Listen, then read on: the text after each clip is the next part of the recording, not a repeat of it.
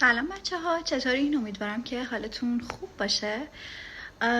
یه چیز جدیدی من خودم یاد گرفتم، گفتم که خالی از لطف نیستش که بهتون بگم و اما شاید خیلی هاتون بدونید همچین چیزی هست. چون من خودم جواب گرفتم، گفتم اول تستش کنم بعد بیام با شما در میون بذارم. گفتم تموم شه بعد بیام بگم. نمیدونم تا به حال راجع به تکنیک نردبان چیزی شنیدید یا نه، که آیا نویل گادارد رو میشناسید یا نه. الان بهتون میگم دقیقا راجع به چی میخوام صحبت کنم.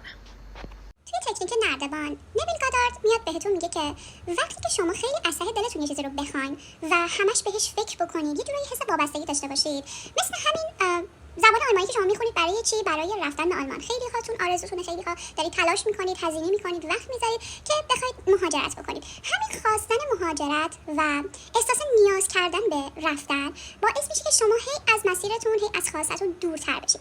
اینجاست که میگه تکنیک رهاسازی رو انجام بده. حس رهایی از خواسته که واقعا از ته دلتون میخواین که بهش برسید. این تکنیک ازتون میخواد که 3 شب قبل از خواب تصور بکنید که دارید از نردبان بالا میرید. اما این تصور کردن یعنی قشنگ حس بکنید که دارید از یک نردبان بالا میرید. حالا این نردبان چوبیه، آهنیه، هر چیزی ممکنه باشه، مهم اینه که شما حسش بکنید.